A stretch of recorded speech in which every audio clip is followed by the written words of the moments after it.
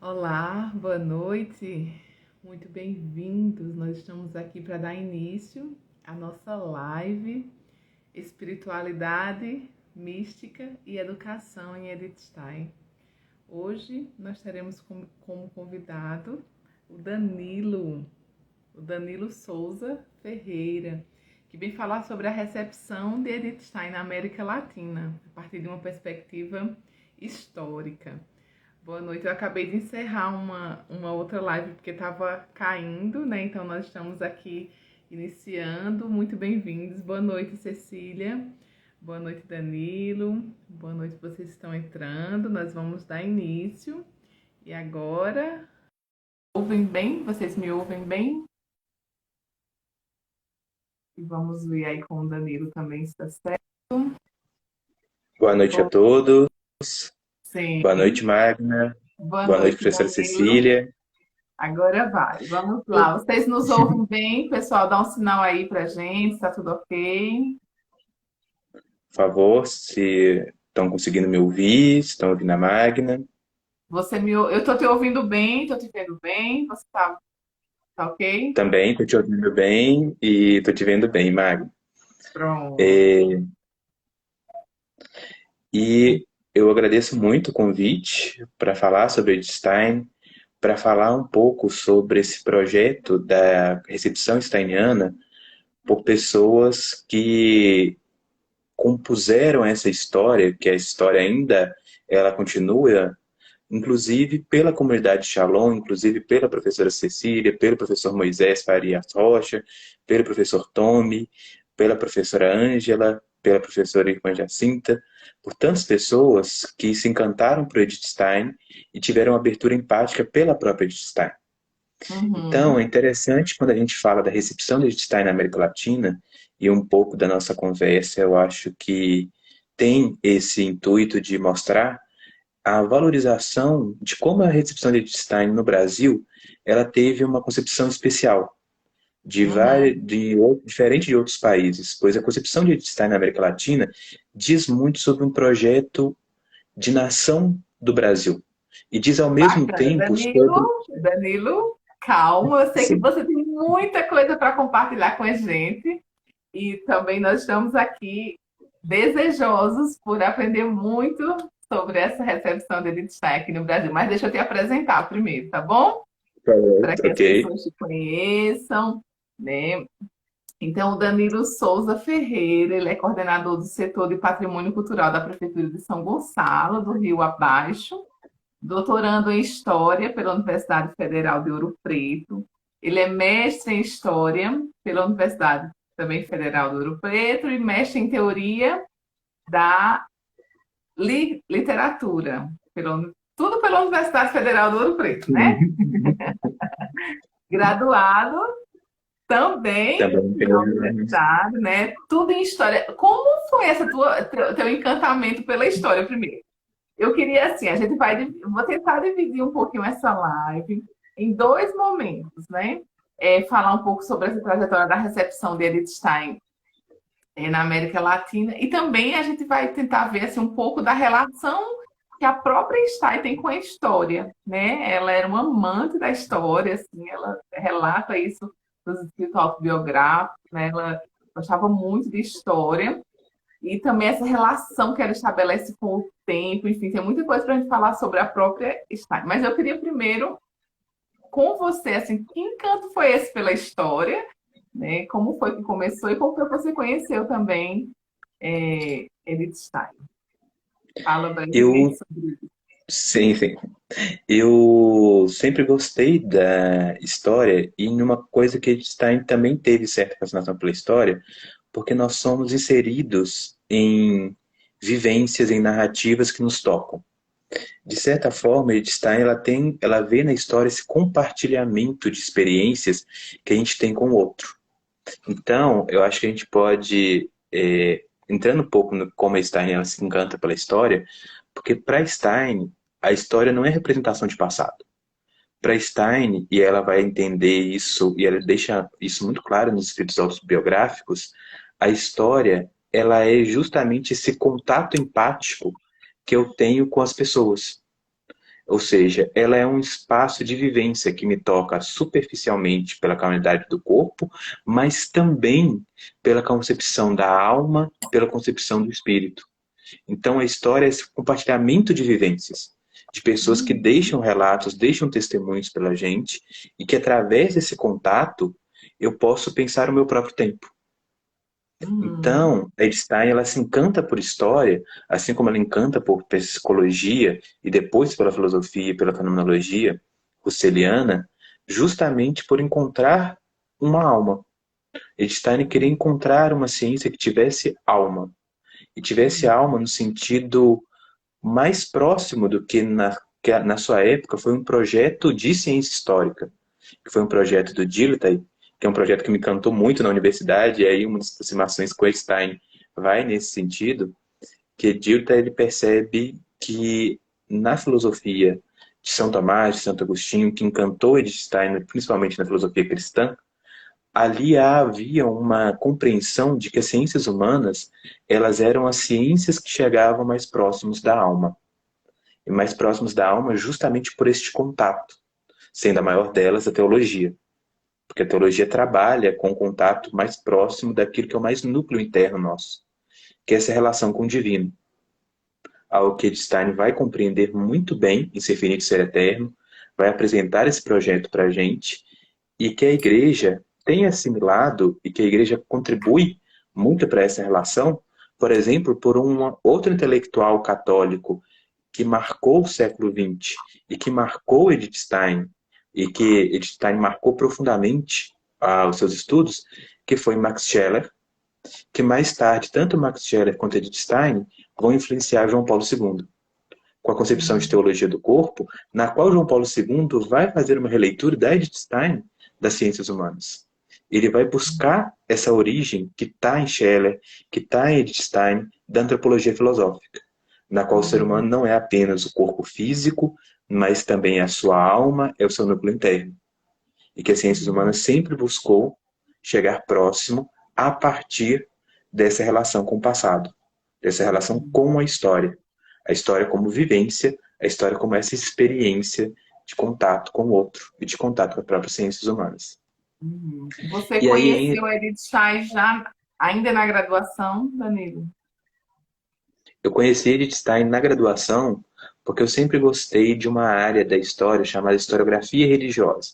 O que é historiografia religiosa? É a história da própria igreja, mas não pensar da igreja como instituição, mas pensar a igreja como vivência, como um projeto intelectual, como os intelectuais da igreja marcaram o laço de como a gente conhece hoje a ciência, como a gente conhece a história, como a gente conhece o mundo. E aí Uhum. eu comecei fazendo um trabalho sobre Santo Agostinho e eu conheci, e a quem eu sou muito grato, na época era seminarista, o seminarista D'Artagnan Barcelos, de Mariana, que foi um dos primeiros a trabalhar Einstein em Mariana, junto com o atualmente professor de filosofia, Gregory, ambos meus grandes amigos, que estudaram Edith Stein e que falaram comigo sobre o projeto intelectual de Edith Stein. E eu que gostava de teoria da história, historiografia alemã, acabei conhecendo Edith Stein e me encantando por ela, por um texto que eu aconselho quem está iniciando os estudos em Edith Stein a ler inclusive, eu acho que ela responde muito bem as questões de hoje sobre a questão do papel do intelectual, do papel da ciência, do papel do cientista, do papel da academia e da religião, que é o texto Os Intelectos Intelectuais, que Edith Stein faz uma conferência, que ela é brilhante nessa conferência. E Edith Stein ela tem nos seus escritos o encantamento. E isso eu acho que é fundamental quando a gente procura um caminho profissional, que é o que Edith Uhum. Stein ela procurou a vida inteira, a busca pela verdade, a busca pela essência, a busca por aquilo que nos toca a própria alma. E Uhum. Edith Stein ela faz um estudo que busca este caminho. Então, Uhum. Einstein, a escolha de uma profissão, a escolha de uma carreira, a escolha pela docência, ela é justamente esse contato com aquilo que é o mais precioso, que é esse Uhum. contato com o núcleo interno, esse contato com as três dimensões da vida, ou seja, esse contato com corpo, alma e espírito. E Edith Stein busca essa verdade apaixonadamente. Então, quando ela está fazendo ciências humanas, quando ela se encanta pela história em Breslau, ela se encanta justamente por algo que lhe toca a alma. Então, a Uhum, concepção de tempo para Stein é essa, é uma concepção muito mais profunda do que mera representação. uhum. Assim é mais fácil se Maria? apaixonar pela história, né? Sim, sim, bastante. O Danilo, então, o seu doutorado atualmente é sobre? O meu doutorado é sobre a recepção de Stein na América Latina. Eu fiz a minha graduação foi sobre o conceito de empatia em Stein. O meu mestrado foi sobre o conceito de empatia em história em Stein com possibilidade de tempo. E Uhum, agora meu doutorado é pensar como que chegou Edith Stein no Brasil. Como uhum, chega Edith Stein com uma recepção brasileira marcada pela experiência de um projeto intelectual brasileiro, uhum, marcado por um diálogo inteiramente muito interessante, muito rico. Então, toda a América Latina, em especial a Argentina e o Chile, na qual o Brasil tem um contato muito próximo nos estudos steinianos, e mais uhum. recentemente com o México, e mostrar como que no Brasil a gente tem uma característica muito interessante nos estudos steinianos, que é a pluralidade. O que eu estou chamando de pluralidade aqui? Edith Stein, ela, se a gente for pegar os estudos steinianos no Brasil, recente, a gente vai ver que Edith Stein, nós temos estudos na área de história, na área de filosofia, na área de pedagogia, na área da psicologia. E o que que faz esse estudo ser tão plural? Que não é uma característica em outros países. É justamente como a recepção de Edith Stein foi plural. E a Edith Stein, ela teve uma recepção, e eu acho que isso é muito curioso, que a recepção de Edith Stein no Brasil não foi uma recepção recente. Edith Stein, ela morre no campo de concentração de Auschwitz em 42, e já em 46 já tem a primeira recepção de Edith Stein no Brasil. Uma Uhum. recepção essa tão inédita que é a recepção em que eles ainda nem tinham informação se Edith Stein estava ou se ela tinha ou não morrido no campo de concentração. Uhum. E aí, olha como que a história permite certos apontamentos curiosos de proximidade. Nós estamos comemorando o aniversário do Cristo Redentor, no Rio de Janeiro. E a recepção de Edith Stein está dentro do projeto do Cristo Redentor do Rio de Janeiro. Como que é isso? Sério? Acho que os cariocas não sabem disso.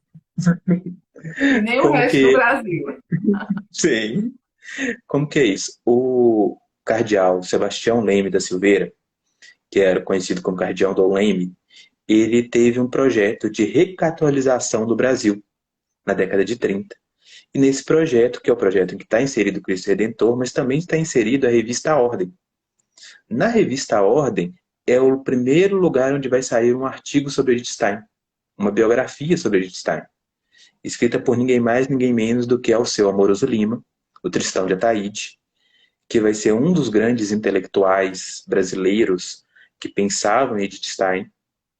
E o Alceu, ele vai se encantar, porque ele vai fazer o primeiro, ele vai escrever, ele está com a morte de Jackson de Figueiredo, ele vai assumir a revista Ordem, e ele vai trazer na revista Ordem um perfil intelectual. Então ele vai querer que a revista Ordem esteja diálogo com intelectuais católicos do mundo inteiro, para formar uma geração de intelectuais preocupados com a cultura brasileira. E ali ele vai ficar responsável pela seção internacional, que é esse contato. E ele vai começar a ler e traduzir obras de autores e pensadores católicos. E aí o pensador católico que ele vai escrever a biografia em 48 é um artigo chamado Sor Teresa Benedita da Cruz, que é a geografia de Stein, que é uma biografia de Stein no estilo de geografia, que é muito bonita e tocante, porque ele vê em Edith Stein um modelo de intelectual a ser seguida. Ele se apaixona pela vida de Edith Stein. E ele mostra na revista Ordem como que o que ele esperava para a revista como papel de intelectual é o que ele via na vida de Edith Stein. que ele via na vida de Edith Stein uma intelectual que se teve uma entrega e um encontro com Deus. E que esse encontro a fortaleceu.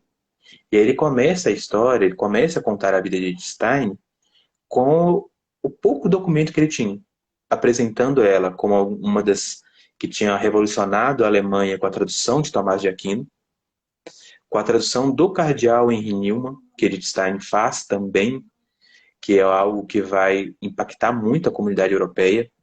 Edith Stein como palestrante, como intelectual. Isso vai marcar tanto a revista Ordem, que a revista Ordem, que geralmente apresentava as biografias em uma página, vai dedicar 3 páginas para Edith Stein, para contar a Isso história em dela. 1946. Isso, em 1946 ele começa esse texto. E em 46 ele faz esse texto não sabendo que Edith Stein tinha morrido no campo de concentração.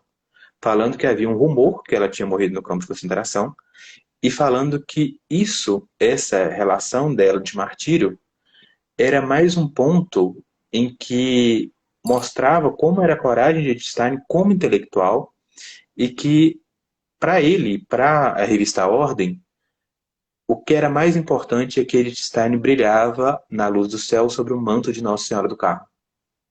Então ele mostrando como que Edith Stein, nós poderemos encontrar ela através da oração, através da leitura dos textos dela como uma fonte de inspiração de alguém que teve o contato com Cristo.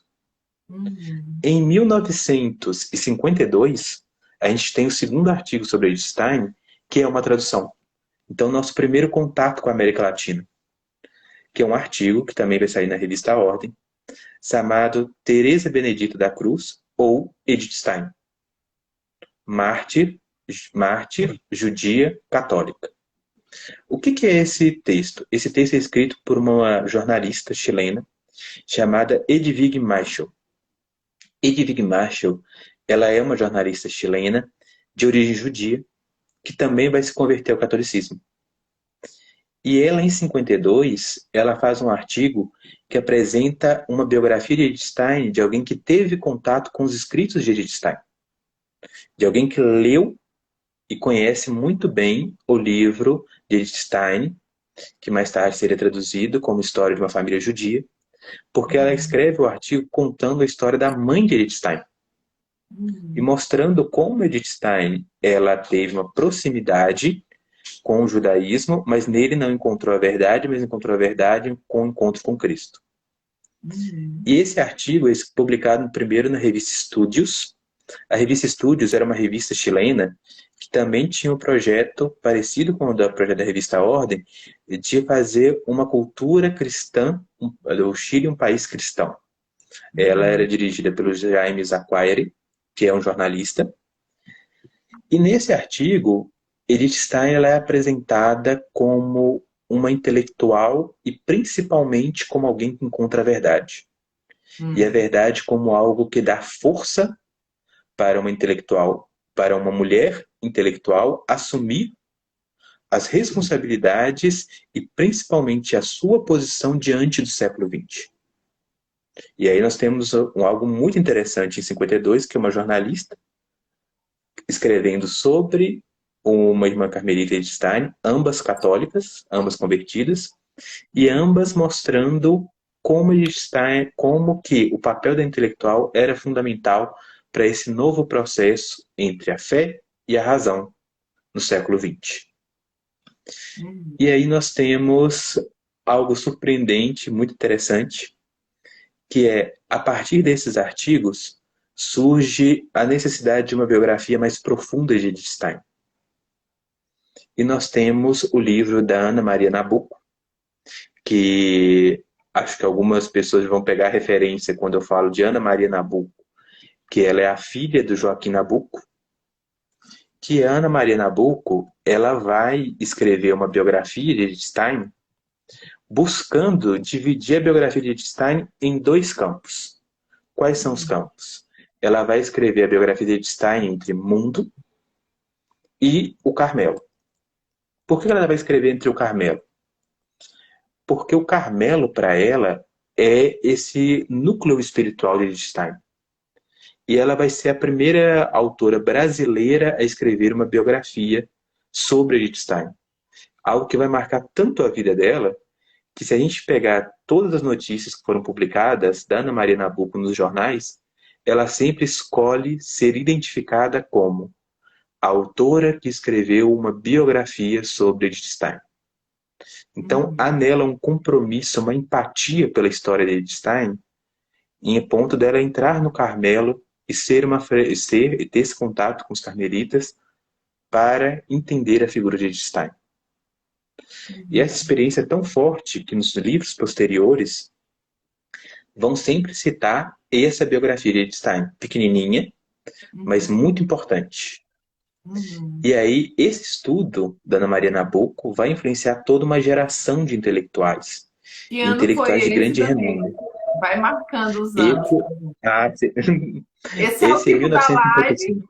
Quase todas as lives aqui são assim. A gente já assiste com E papel e caneta na mão, daí que pegando. para a gente aprendendo e caminhando. O livro da Ana Maria Nabuco ele é lançado em 1955.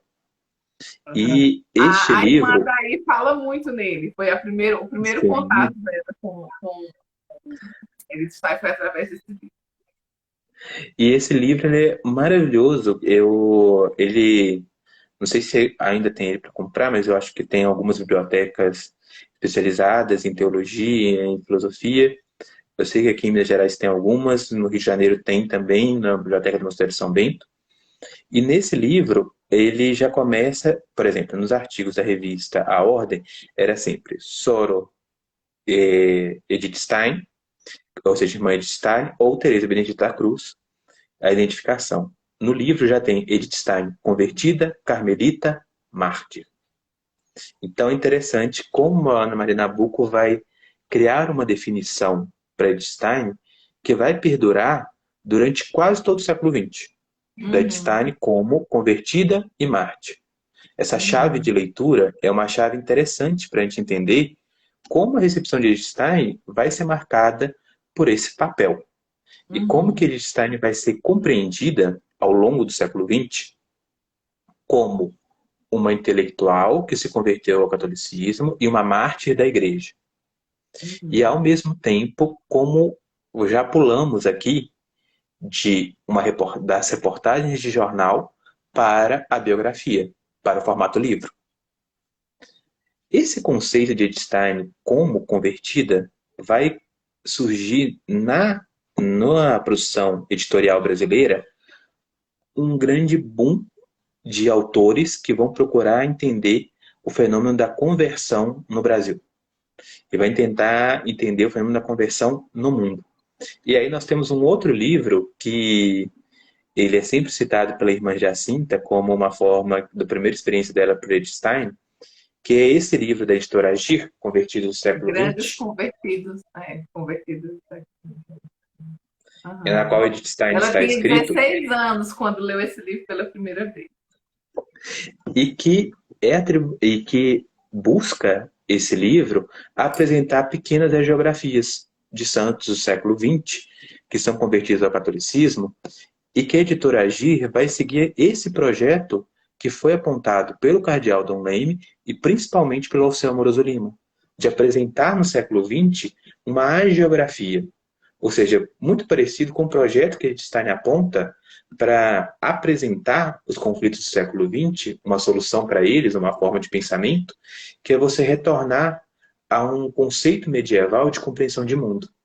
Então, a geografia ela é uma forma de você ter esse contato com a experiência medieval, de você ler esses textos. Um outro livro, não sei se você conhece, Místicos do século XX, do Antônio Carlos Vilaça, ambos nascem no mesmo junto. Então, se o livro do Vilaça ele era da editora Imago, o Convertidos do século XX é da editora Agir. Todas as grandes editoras do Brasil, nesse período, vão escrever livros sobre a experiência de conversão do século XX. Por que isso? E por que os livros vão citar Edith Stein? Porque Edith Stein já está chegando no Brasil como um exemplo de intelectual a ser seguido. Como um exemplo de intelectual a ser seguido pelos católicos, pela comunidade católica, para, de certa forma, compreender o mundo sem precisar cair em uma certa construção social que estava em vigor nesse momento, que é o materialismo histórico. Então, como Edstein, ela parte por uma outra saída. Como a conversão de Edstein permite ela ver o mundo com um olhar mais amplo, com um olhar na qual a vida e o modelo intelectual se mesclam. E como isso é fundamental diante dos desafios que ela vivenciou e dos desafios que a geração brasileira de intelectuais estavam vivenciando. E aí nós temos aqui algo que eu acho que é o fenômeno mais Ela é, curioso. ela é um antídoto, né? Um remédio. Exato. Ela é exatamente esse remédio que precisa ser consumido e que, ao mesmo tempo que ele é consumido, ele é tão necessário. E todos esses intelectuais estão compreendendo que ela é fundamental para a gente entender o Brasil enquanto Brasil. O Brasil enquanto país de suas raízes católicas. E como Edstein faz parte desse projeto, desse conjunto intelectual. Uhum. E aí nós temos a editora Agir, nós temos a editora Vozes, que vai desenvolver um projeto grande sobre Edstein. E a editora Vozes vai fazer o seu primeiro trabalho de teatro no campo das artes cênicas, inspirado pela biografia de Ana Maria Nabuco e principalmente inspirado por Edith Stein. Quem eles chamam para desenvolver essa linha editorial, que vai buscar esse conceito de biografia de Edith Stein, é o Frei Gabriel Gantio. O Gabriel Gantio, ele era um frei argentino, e o Gabriel Gantio, ele vai escrever Edith Stein na Câmara de Gás. Qual que era o projeto do Gabriel Gantio, quando ele assume a editora Vozes? Ele fala de trazer um teatro que não seja um teatro de mera representação, mas um teatro em qual as figuras históricas que estão nele representados sejam representadas com a maior dignidade possível e que quando eu estiver assistindo uma peça de teatro, eu tenha empatia por essa história e possa ter a minha história diante de algo que seja mais sublime. E aí ele faz um texto sobre Edith Stein. Ele faz uma peça sobre Edith Stein na Câmara de Gás, na qual Edith Stein ela é apresentada como principal personagem nessa chave da Marte do campo de concentração. Edith Stein ela apresenta na peça a sua irmã Rosa Stein, que estava também no Carmelo e também foi para o campo de concentração. Também são contados na peça a lembrança da mãe de Edith Stein. Então ela é uma peça curtinha, mas com uma profundidade imensa. E Uhum. essa profundidade toca um dos grandes intelectuais brasileiros, que é o Manuel Bandeira, que faz a tradução da peça do espanhol para o português. Uhum. Então, Manuel A Bandeira, Cecília está dizendo aqui, né? Que é incrível saber todos esses fatos. Não me canso de ouvir. Eu também não, Danilo. Pode continuar aí. Estou amando ouvir essa história. e aí, Quem tá gostando aí também pode colocar os coraçõezinhos aqui para a gente ver por favor, os coraçõezinhos subindo, para dizer para o Danilo que a gente tá amando também. e Tô sem aí dúvida, Danilo. é muito interessante quando a gente percebe como que Edstein, essa peça, vai encantar os coraçãozinhos subindo. Edstein vai encantar o Manuel Bandeira, a ponto do Manuel Bandeira ele e a família dele, ele ter uma prima que vai se converter ao Carmelo, ela vai passar por um processo de conversão, vai entrar no Carmelo e vai se tornar freira carmelita. E ela vai contar a história biográfica para o Vilaça, que vai, quando ele escreve a segunda edição desse livro, ele inclui Edith Stein. E aí, a família intelectual do Manuel Bandeira e da própria Edith Stein são amplamente marcadas por esse contato com Edith Stein como alguém que a sua biografia e a sua biografia intelectual marcam. E aí nós chegamos a alguém que é muito querida pela comunidade intelectual brasileira e internacional sobre Edith Stein, que é uma das grandes intelectuais brasileiras, que é a generosidade em pessoa, que é a irmã Jacinta. A irmã Jacinta, Irmã exatamente. Jacinta, ó, para a senhora, viu? Eu sei que a senhora vai assistir em algum momento essa live. Esse coração aqui é seu, ó. Também faço, também Olha compartilho. aí. Porque a irmã Jacinta, ela vai ser, de certa forma, fruto deste movimento. Ela é fruto dessa construção que vai da revista A Ordem, que passa pelas editoras Agir, que passa pela peça, E principalmente por essa construção geográfica, na qual a irmã Jacinta, ela, junto com outro personagem, outro intelectual fundamental que hoje está no Egito, que escreve Frei sobre Einstein, Patrício que é o Frei Patrício, me mandou que junto mensagem hoje, fiquei tão feliz.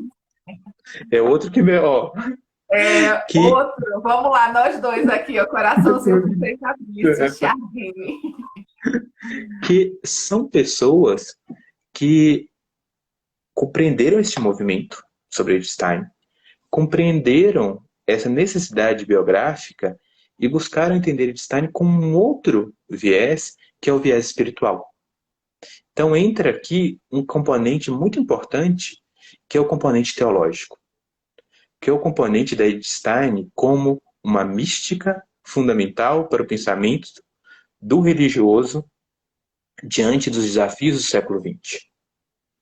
E aí nós temos uma primeira grande divisão, eu vou definir dessa forma, que ao mesmo tempo em que você tem esse caminho editorial, então você tem Para Perder e Ganhar, da Einstein, do Felipe Patrício, você tem a primeira tese sobre Einstein no Brasil, que é Einstein e o Holocausto para o seu povo, da irmã Jacinta, do Felipe Patrício.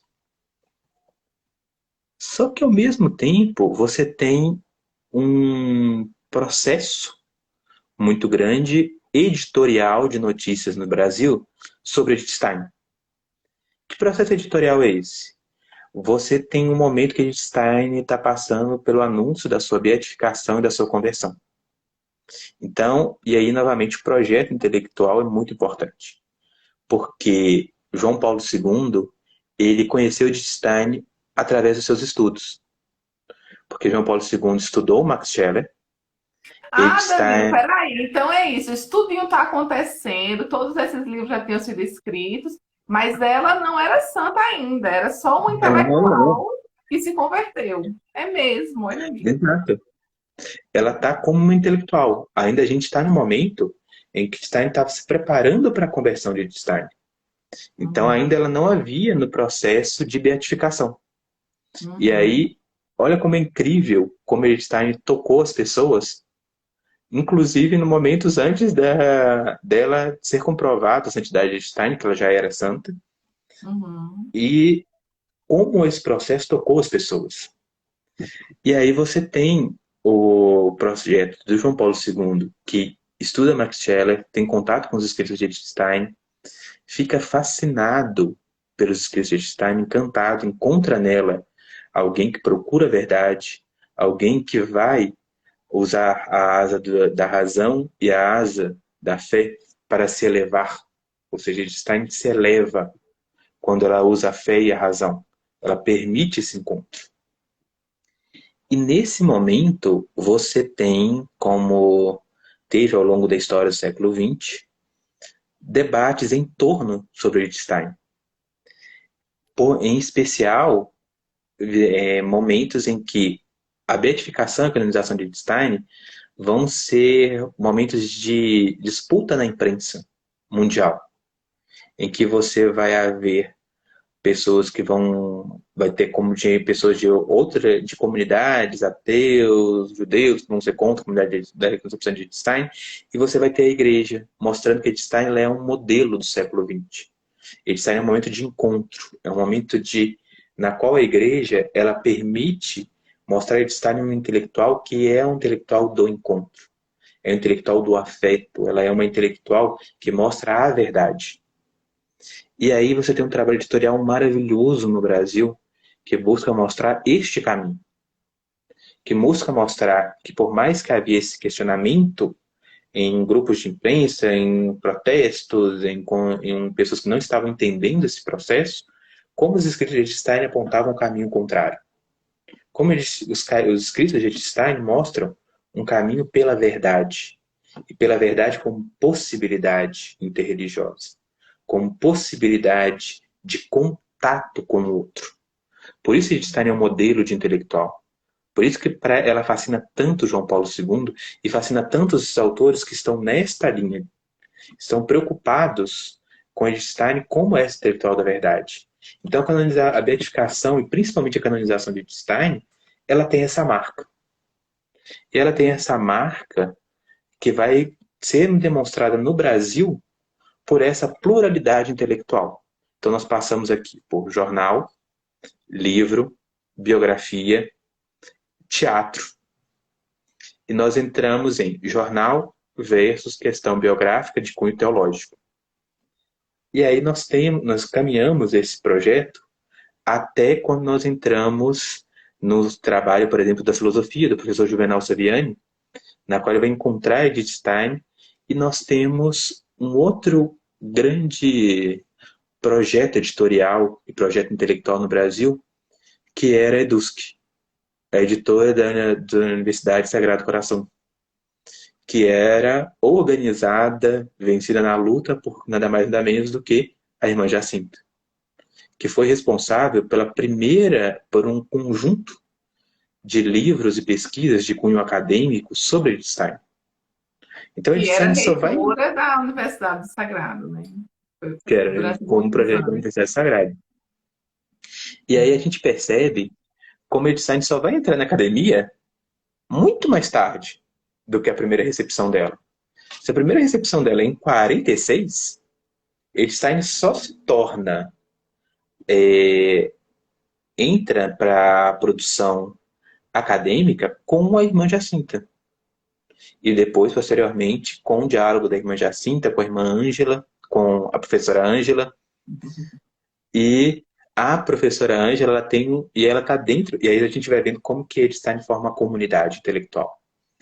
E é uma comunidade marcada pelo afeto, pela família. Tem uma frase que eu acho que é fundamental para quem quer estudar Edith Stein, que é de outra pessoa que é generosa, marcante, que é o professor Moisés Faria Rocha. O professor Moisés, quando organiza o segundo simpósio sobre Edith Stein, ele fala que o simpósio de Edith Stein tinha uma diferença. Porque o simpósio sobre Edith Stein era sempre uma família. Ele fala, há nos estudiosos de Edith Stein o caráter de família. E nesses estudos que a gente está mostrando aqui, há exatamente esse caráter familiar. A Mariana Nabuco conheceu o Manuel Bandeira e trouxe através da experiência de ler Edith Stein, influenciou a tradução da peça e ela a biografia. Ambos conheciam Tristão de Ataíde. Aí, novamente, aí passamos para a organização. A leitura deles vai influenciar a irmã Jacinta e esses escritos vão influenciar a Juvenal Saviani, Tomás, Tome, e vão trazer a professora Ângela, a Lisbela, para o Brasil. A professora Ângela tinha uma amizade e um contato com o próprio João Paulo II, São João Paulo II. Há contato maravilhoso, porque, um exemplo, essa amizade vai trazer frutos. Como toda amizade abençoada por Deus, ela Eles traz estudaram, frutos. estudavam juntos, né? Exato. Estavam E de ele grupos vai de trazer ela estudo. como mulher. Carol Sobre isso, Wojtyla, no inclusive, caso. exato. E aí, olha como que essa comunidade, esse núcleo familiar, que está no texto de Edith Stein, Intelectos Intelectuais, se faz presente nos estudos de Edith Stein. Se faz presente nesse projeto de Edith Stein. E aí, quando no Brasil, aí a gente vai para uma terceira fase, que Edith Stein na academia, na qual nós temos um ponto marcante para a história mundial também, que é o 11 de setembro de 2001, 2011, que a gente tem o atentado às Torres Gêmeas, mas também a gente tem a chegada da professora Ângela Lourdes Bello no Brasil, para as pesquisas qualitativas, para o seminário de pesquisas qualitativas. E ali a professora Ângela tem esse primeiro contato com o Brasil. E a gente teve recentemente um evento muito tocante, um evento empático de pesquisadores que falavam sobre a recepção de Edith Stein no Brasil. E falamos sobre a recepção principalmente da professora Ângela e da irmã Jacinta, e mostraram como esse núcleo familiar ainda existe de maneira muito tocante, muito forte em todos nós. Não é à toa que foi um evento em que quase todas as pessoas estavam chorando no final do evento de emoção. Organizado pela Cecília, que é a idealizadora do Organizado por evento. Cecília. Foi um grupo bacana que estava se organizando, mas a Cecília que encabeçou aí. É muito bonito. Sim. E aí, esse núcleo que vai trazer as pesquisas qualitativas vai ser um momento em que Edstein vai se firmar nas academias. Então, nós vamos começar a surgir uma primavera de Edstein no Brasil, com pesquisadores como o professor Tomi, em Uberlândia, como a professora Úrsula Matias, como o professor Moisés, como o professor Silvestre, que vão começar a fazer pesquisas, como o professor Juvenal, que vão começar, a professora Marina Mancini, o professor Miguel aqui próximo em BH, que vão fazer pesquisas sobre Einstein em cada um em seu núcleo na universidade. E vão começar a procurar Einstein, utilizar a pesquisa sobre Einstein em diversos campos. Em especial, dois campos se criam mais marca, que é o campo o professor Edivelto, eles criam marca no campo da psicologia. Então, Einstein, ela começa a se cristalizar no Brasil na psicologia, que não era, a princípio, a grande recepção de Einstein, mas sim a recepção de Husserl, é uma recepção que passa primeiro pela psicologia e, aos poucos, pelo caminho da filosofia, mas principalmente da teologia, nos seminários e nos estudos. E esse projeto vai começar a surgir também os projetos dos simpósios. Então, nós temos a figura do professor Moisés e do próprio D'Artagnan como esses organizadores de simpósio, como essas pessoas que vão começar a reunir esse núcleo de pessoas, que aparentemente o professor Juvenal, de pessoas que estavam distantes, mas que tinham necessidade de se encontrar. Então, a gente já está falando de algo muito recente, porque eu participei dos primeiros simpósios, a Magna também teve participação no simpósio de Stein, e aí nós temos o simpósio em Salvador, os simpósios no Ceará, depois, mais tarde, o simpósio em Belo Horizonte, o simpósio em Brasília. Então, nós temos já esses primeiros simpósios de Stein. E aí eu destaco dois simpósios como simpósios que são importantes da gente ter como marca nessa produção. Um deles é o simpósio que acontece em Belo Horizonte. Por que esse simpósio é um simpósio marca? Porque ele é um simpósio que vai conseguir reunir o maior conjunto de pesquisadores com um desafio enorme para o professor Miguel, para o professor Moisés, que tem que organizar um evento de um simpósio magnânimo para fundamentar essa recepção de Stein, para Muito cristalizar bonita essa esse espaço palavra, da metodologia. magnânimo. Acho linda essa palavra. Fala de novo. Como se fosse o quê? Ma Magnânimo. Ele Magnânimo. é É magnânimo. lindo.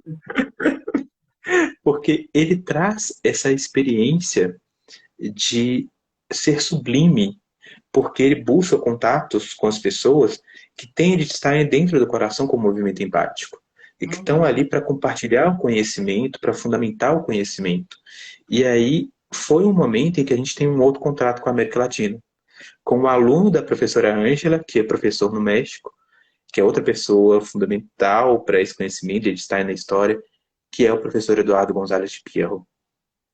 O professor Mas Eduardo assim, Gonzalez. peraí, Danilo. Então, esse tempo todo, tudo isso estava acontecendo no Brasil e nesses outros países ninguém conhecia ou tem algum movimento paralelo aí? Né, você tem movimentos de recepção de Einstein ao longo do século XX. E aí, por exemplo, você tem no Chile, na área teológica, você tem no México uma recepção da Einstein como fenomenóloga, que é algo muito interessante. Então, você tem a Edith Stein no México nesse caminho como uma intelectual da linha fenomenológica. Então, você tem trabalho do Augusto Gutierrez, você tem trabalho do Hernández Martins, do professor Hernandes Martins, você tem trabalhos do próprio Eduardo Gonzalez, que estão buscando Edith Stein como uma fenomenóloga, e aí você tem a recepção de Edith Stein junto com Edith Cohen Martius, que é outra intelectual do núcleo de Husserl, e essa é a ideia de Edith Stein como um fundamento da fenomenologia, do primeiro ciclo fenomenológico de Göttingen. Não é à toa que que a quarta fase da recepção de Husserl, você já tem a presença de historiadores. Você tem a presença de um autor do famoso livro The Phenomenology History, que vai ser exatamente um livro que Husserl vai participar e na qual ele vai ser orientador de um historiador. que vai escrever a primeira história da fenomenologia. E essa história da fenomenologia, ela é escrita por um intelectual, por um filósofo, que ele é norte-americano. Uhum. Ou seja, um filósofo que busca essa raiz norte-americana para entender a história deste movimento europeu. Ao Uhum. mesmo tempo, a gente está acontecendo no mundo.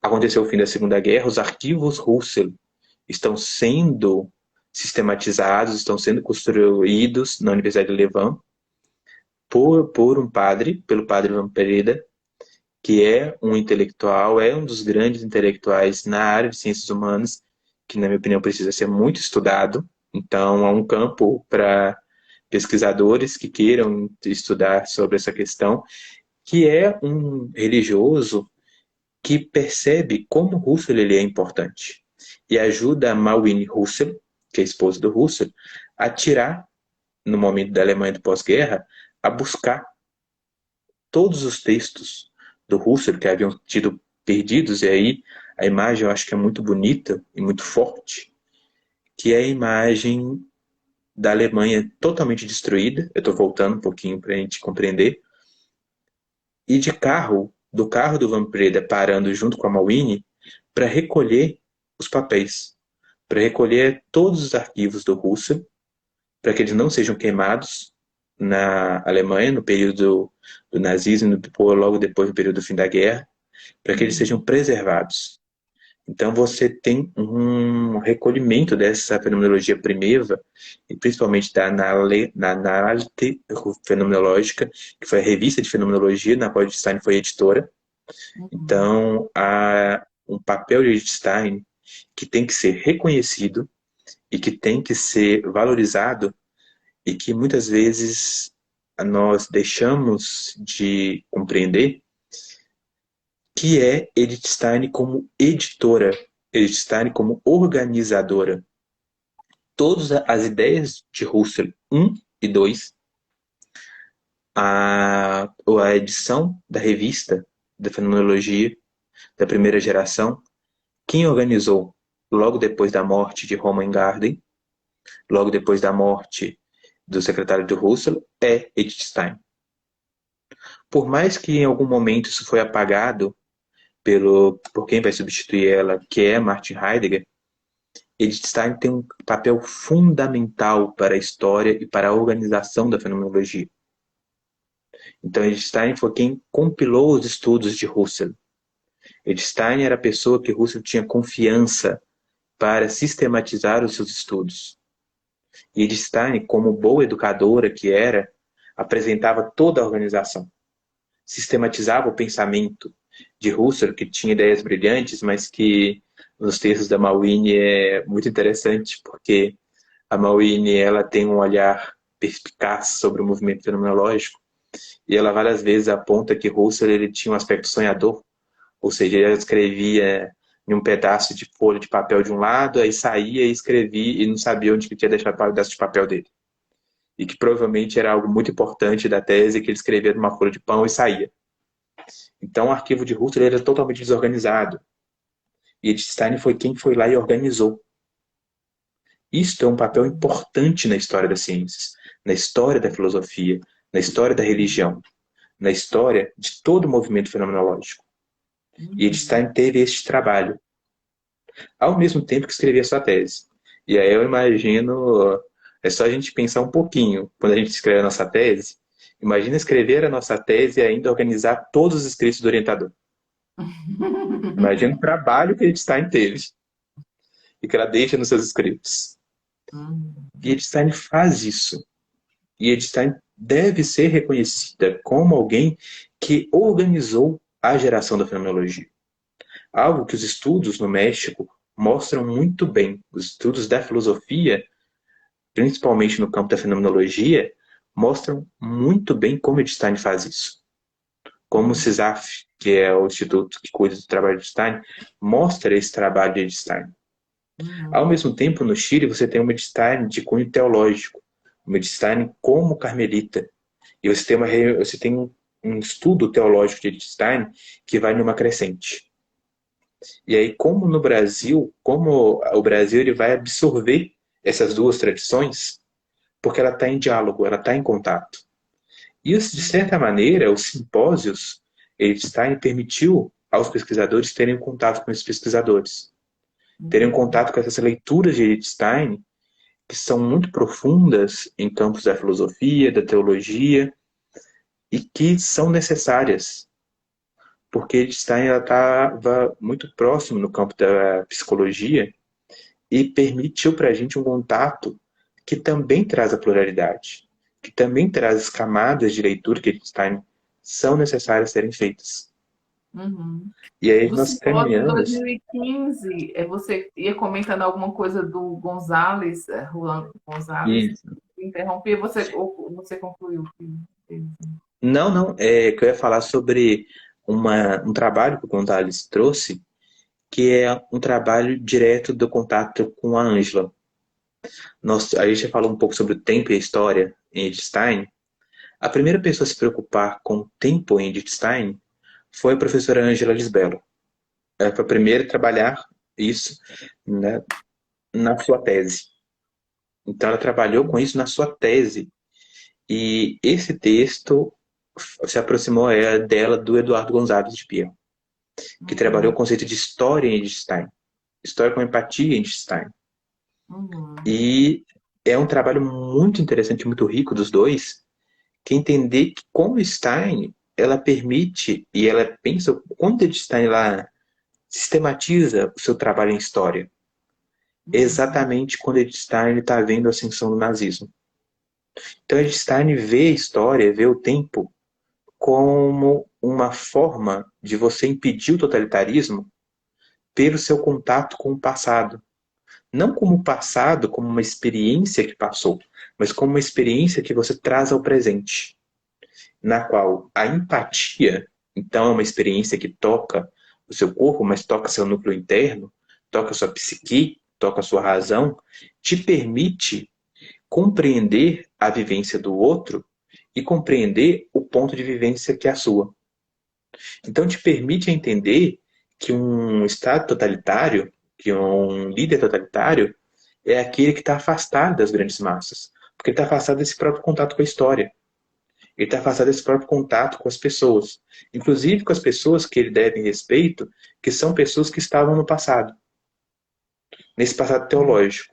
Então, Stein, ela tem uma abertura que ela vai pegar muito das leituras que ela está fazendo de Tomás de Aquino, e aí a gente tem que lembrar que Stein foi tradutora na Alemanha das obras de Tomás de Aquino, que é outro exemplo fundamental de Einstein como intelectual e religiosa, que não é algo fácil você traduzir Tomás de Aquino, e Einstein faz isso com primazia. Ela entende que o tempo, como tempo teológico, é um tempo que já é marcado pela verdade. Então você tem um contato de experiência com o passado pela verdade, que é revelada a todo ser humano, que está disposto a ter uma abertura para esta verdade. E aí Einstein coloca isso na chave de tempo, na chave de vivência, que ela pegou do Dirta e que ela pegou do William Stern, dessa camada da psicologia e da história. E aí nós temos esse movimento no Brasil que busca exatamente esse contato, essa afecção de Edith Stein como essa relação. E aí nós temos os simpósios que estão organizando, nós temos as primeiras revistas científicas que estão trabalhando com dossiês sobre Edith Stein.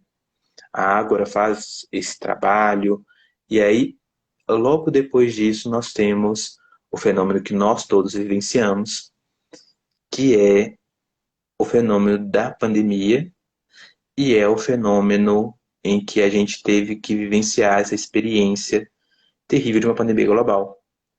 Mas que os estudos de Einstein não desmereceram, muito pelo contrário. Eles continuaram persistindo e nós entramos na fase da Einstein nos projetos virtuais. Ou seja, surge aí o trabalho da Magna, da professora Narina, de todo o trabalho de fazer os estudos integradores de Einstein. Então surge a forma da professora Suzane Carneiro, da forma de Einstein ela vir para o campo virtual. dela vir para o desafio enorme de trazer elas para o debate, para apresentação em vídeo, para O você fazer intelectual congressos em blogueiro vídeo. agora, né? O intelectual blogueiro. A gente Ou precisa seja, adaptar a nossa linguagem, adaptar o nosso jeito, que às vezes está ali acostumado a falar para um público muito específico, né? Para falar para pessoas que estão aqui de passagem, né? Que estão ali, é um outro formato, né? Mas esse desafio, né? De viver. e que é fruto deste movimento. Porque nós somos frutos das leituras do professor Juvenal, no caso, da professora Cecília, das leituras, dos congressos que nós participamos, nós somos frutos do trabalho da irmã Jacinta, nós somos frutos até mesmo dos artigos da revista Ordem, que poucas pessoas conhecem. Nós somos frutos desse longo trajeto que, por mais que seja de certa maneira recente, porque os ensaios são de 48 até agora, é uma história muito rica. Ela é uma história de vivências muito rica. E o mais incrível é que é uma história que comprova a teoria da Edith Stein, de intelectual. Se a gente pegar o modelo brasileiro e o modelo latino-americano, nós vemos como que os estudos de Edith Stein apontam para a confirmação da teoria de Edith Stein, de intelectual. Intelectual como aquele que está inserido em uma comunidade, daquele que precisa ter esse contato empático com o outro, daquele que, para entender a verdade, para entender os estudos dos intelectuais, ele precisa estar em contato, ele precisa ter essa abertura empática com os textos, ele precisa deixar ser tocado pelos escritos de Edith Stein. Então, não é um estudo puramente fora da ficção. A ficção é necessária. A leitura é necessária não de maneira fria, mas de maneira que eu tenha uma abertura interna para acolher aquele conteúdo que a partir dele eu possa refletir. E Edith Stein faz isso. Edith Stein promoveu isso, ela ensinou a gente a fazer isso. E nós conseguimos fazer isso ao longo dessa trajetória. Tanto que todo pesquisador intelectual que estuda, todo pesquisador que estuda Edith Stein quer buscar esse contato com outras pessoas que estudam Edith Stein. Justamente porque ele precisa criar essa rede comunitária. Ele precisa, e aí eu retorno intelectos intelectuais, ele precisa estar diante de, ele precisa estar como presença. Então, ele tem que estar nessa rede. Então, por mais que a gente tenha uma rede, por exemplo, no Chile tem esses estudos de cunho teológico, ou no México de cunho filosófico, há ali o mesmo perfil de intelectual, que é o perfil brasileiro, o mesmo perfil do perfil brasileiro. Então, há essa necessidade de formar laços. Então, não é à toa que a nossa comunidade, mesmo ela crescendo, ela continua muito próxima. Que todos os nomes que eu citei aqui, várias vezes passou pela cabeça de várias pessoas falando, não, eu conheço fulano, eu conheço ciclano, eu conheço ciclano, eu conheço ciclano. Por quê? Porque a Ana Edith Stein é essa construção. E aí, como a gente fez esse trabalho? E como esse trabalho ele é importante para a gente pensar Edith Stein como possibilidade, como construção de modelo intelectual. Uhum. Não apenas no modelo do Alceu, não apenas no modelo do Alceu ou Don Lane, como essa ideia de cristianização e catolização do Brasil, mas principalmente com o modelo de intelectual como aquilo que aponta São João Paulo II, como aquilo que aponta os estudos steinianos, como eixo que faz a rede, como esse que faz o contato entre os intelectuais, entre a rede de estudos e que permite a gente encontrar os trabalhos de Stein e acolhê-los mesmo diante de desafios enormes, como no caso da pandemia. Uhum. É isso aí, que maravilha, Danilo, que riqueza, vibrante. É, Danilo te faz uma pergunta, agora é pergunta de Danilo para Danilo. Danilo conheceu recentemente, né, a obra de Edith Stein, foi também impactado, assim, né, por, por isso, por essa riqueza. E ele te pergunta como você vê os estudos steinianos no Brasil nos próximos anos, né? Já que você apresentou essa história tão viva, né, essa história em construção, como você vê daqui a próximos anos? Eu gostei de conhecer um outro Danilo que eu estudei de Stein, já é uma outra experiência, Olha utilizando a aí. palavra magnânima, que, eu acho essa pergunta muito interessante, da gente pensar um pouco nessa ideia de projeção de formação de Stein, que eu acho que a gente está partindo para um momento em que se torna cada vez mais essencial levar a Stein para outras plataformas. Ou seja, levar a Stein para outros públicos. Não que o público acadêmico deva ser deixado, muito pelo contrário. Ele deve ser alcançado.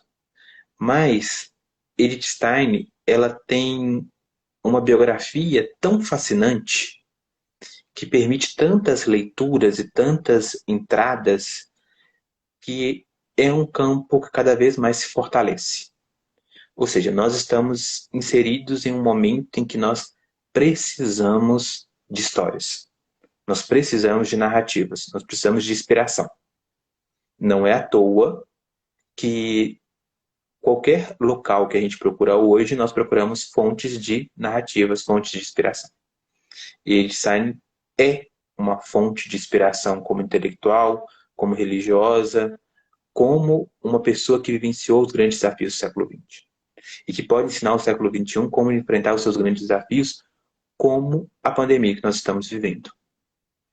Ao mesmo tempo, Einstein ela tem uma saída muito interessante, uma leitura muito fundamental, que é Einstein viveu em um momento cuja filosofia política era necessária. E Einstein analisa a filosofia política como filosofia antropológica. Então Einstein mostra que não existe para alguém que é católico, e aí eu estou falando aqui dentro de um grupo que é a comunidade Shalom, e dentro de um conjunto de pessoas que estão preocupadas com a questão do católico, do cristianismo na sociedade. Então, Edith Stein, ela aponta que não existe filosofia política para o cristão sem se preocupar com a condição antropológica, sem se preocupar com a relação da pessoa humana mais para frente. Então, Edith Stein ela aponta isso. Então, ela é necessária para entender o movimento que nós estamos vivendo hoje. Ela é necessária para entender a dimensão ética, a dimensão do campo das biologias e das ciências, para entender a dimensão social. Então, os escritos steinianos, elas permitem esta entrada. E aí vem um grande desafio, que é como fazer isso chegar ao público. E aí vem o desafio que a própria Stein aponta. E aí, novamente, a importância desse texto pequenininho, esse texto que dá para você ir ler as conferências de Stein, ler uma conferência de, se não me engano, o texto tem 10 páginas ou 7 páginas, é um texto pequeno, de Stein, mas tão profundo, que ela fala: o verdadeiro intelectual é aquele que fala de igual para igual com o povo. É aquele que fala para o povo não com um olhar de superior, mas é aquele que tem a possibilidade de olhar nos olhos daquele que era o povo. E aí o modelo dela, Tomás de Aquino. Tomás de Aquino como aquele que olhava para um camponês na Idade Média e olhava ele com o mesmo olhar no olho. Tinha uma abertura empática com ele. Tinha um compartilhamento de vivências com ele. Como nós, hoje e no futuro, podemos fazer isso? Como nós podemos ter essa abertura empática para fazer isso no campo que a gente escolher? Seja nos campos da antropologia filosófica, seja no campo da sociologia, seja nos campos da nutrição. O professor Miguel tem um artigo muito interessante sobre Edith Stein como fundamento para a nutrição. Seja no campo da filosofia, seja no campo da política, seja no campo da história, seja no campo da psicologia. Como fazer isso? Como enxergar o outro como um ser humano complexo, em múltiplas camadas, como ter essa abertura empática para o outro. Edith Stein nos dá uma leitura, um caminho. Então eu vejo um grande horizonte de expectativas e um grande desafio. Mas Edith Stein, ela, não sei se ela ensina que não existe intelectual sem esse desafio. Uhum. Não existe. E ela Cida está mostra que, lembrando aqui que eu fiz uma live com o Pondé, né? Que ele apresentou esse texto aí. Inclusive, o nome da live foi A Vida Intelectual, né? Que a gente falou sobre sim, exatamente em cima do texto O Intelecto dos Intelectuais. Mas é isso mesmo, Danilo. Esse é o grande desafio, né? Eu fico você falando aí, eu pensando assim, o desafio das novas gerações, né? Que nós temos assim, como transformar isso em algo palatável, né? Para entrar em todos os ambientes, né? Em qualquer situação, as pessoas terem essa compreensão do valor que elas possuem, né? Da dignidade que têm, do que elas são feitas, né? Enfim, do ser humano, né? A riqueza, né? A beleza que é o mistério que nós somos, né? A graça, enfim. Então, como apresentar isso para os jovens, né? Como apresentar isso para as crianças, assim, para ser esse antídoto já, como a gente foi falando, né? No início, sim. como esse antídoto para os intelectuais, né? Hoje eu vejo ela como esse antídoto necessário também, já para ir sendo acolhida assim na formação, né, humana, na formação dos pais, dos jovens, das futuras famílias, Sim. como algo tão necessário. Assim. E, Viajei e aqui. não, eu concordo plenamente, porque e aí uma questão que eu acho interessante para Edith Stein, que é Edith Stein como uma erudita. Se a gente pega qualquer escrito de Edith Stein, desde o projeto, desde a tese dela sobre empatia, até Ser Ser Eterno, se a gente prestar atenção e ler as notas de rodapé, nós vamos ver como Edith Stein ela buscava na erudição uma forma de dialogar não apenas com as academias, mas com o público que estava inserido, com os jovens, com o público que ela estava falando. E aí eu penso, por exemplo, um trabalho dela sobre a mulher. Ela pega uma peça de Goethe, ela pega o Quarto de Bonecas, que é uma peça de teatro, e ela pega uma outra peça que eu não vou me lembrar o nome agora, acho que de Siegfried Stein. E ela pega as peças de teatro, Undset, e ela pega as peças de teatro e que eram algo que eram vistas pelo público, e eram livros que estavam sendo escritos naqueles anos. Então ela pega uma ganhadora do Prêmio Nobel daquele ano de literatura, ela lê e ela analisa aquele texto para falar com a sua plateia. Então Edith Stein, por mais que ela tenha um conhecimento profundo de filosofia medieval, de política, de filosofia fenomenológica, de psicologia, ela escolhe a forma de entrada com seu público. Ela sabe que para falar sobre a questão da mulher e mostrar a dignidade que a mulher tem diante da sua compreensão como pessoa, ela precisa analisar algo que estava sendo lido naquele momento. E ela faz essa análise. Então, como você falou, ela tem essa preocupação de falar, olha, como que isso vai chegar na mulher, como isso vai chegar no jovem, como isso vai chegar na criança. Ela era uma educadora, ela era uma pedagoga, e ela sabia que isso era necessário. Ela sabia que é necessário não apenas esse conjunto reflexivo que é fundamental de escrever, de pensar, de formular o pensamento e as ideias, mas também como fazer isso chegar ao núcleo interno, como fazer isso chegar ao núcleo externo do corpo, como fazer isso estar diante da pessoa. E aí, esse é algo que a Edith Stein ela consegue fazer. Então, se a gente pegar a Edith Stein as conferências dela, por que as conferências de Edith Stein ela era uma grande conferencista? Porque ela conseguia ter este trabalho, ela tinha este trabalho. E este trabalho de alguém que estava traduzindo Henry Newman, de alguém que estava traduzindo Tomás de Aquino, de alguém que estava escrevendo uma obra tão fantástica como Desafio de Ser Eterno.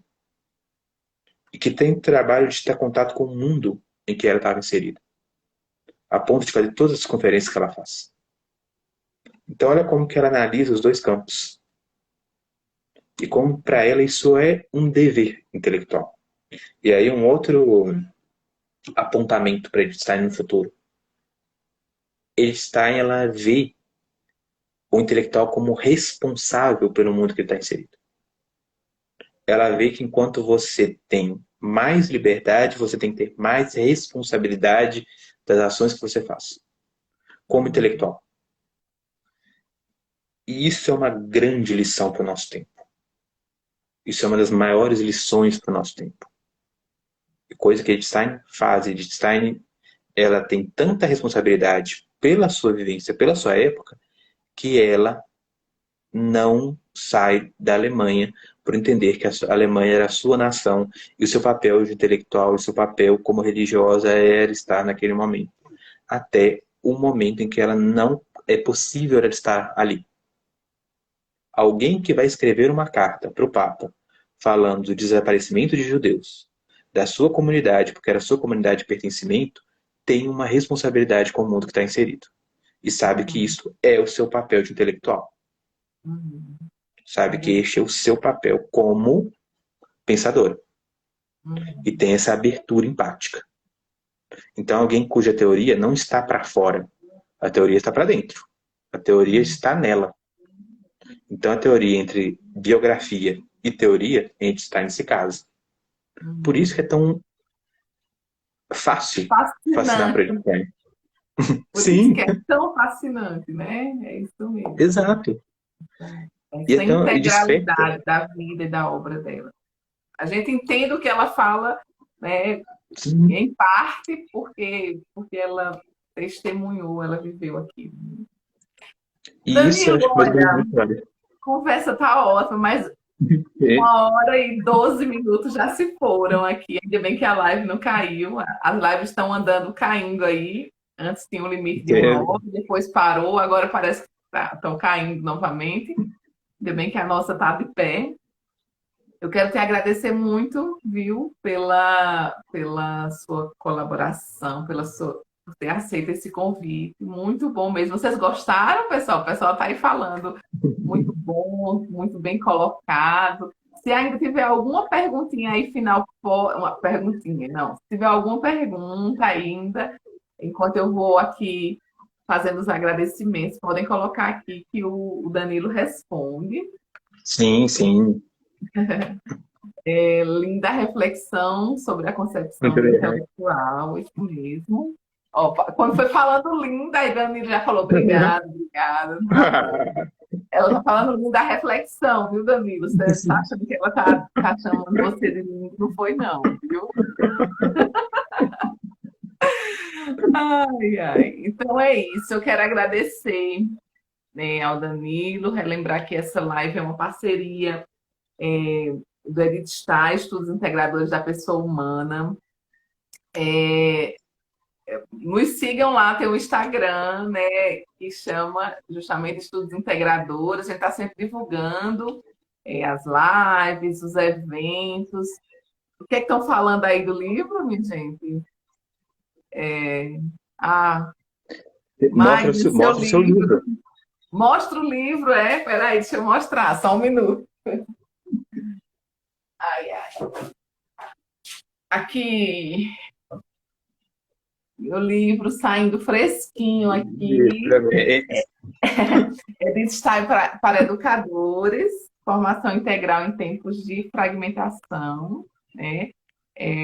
Fruto da minha tese, assim, dos meus estudos sobre essa questão educativa em Edith Stein, né? Tem parte da tese, enfim, quem tira alguns capítulos que não tem tanto interesse, assim, mas enfim. Está aqui. Parabéns, Magna. Obrigada. E aí, como a gente discutiu agora sobre o papel intelectual, esse é um exemplo de bom trabalho sobre os papéis intelectuais em Edith Stein. Compartilhar com os educadores, compartilhar com os educadores, mostrar a Edith Stein como uma possibilidade nesses desafios.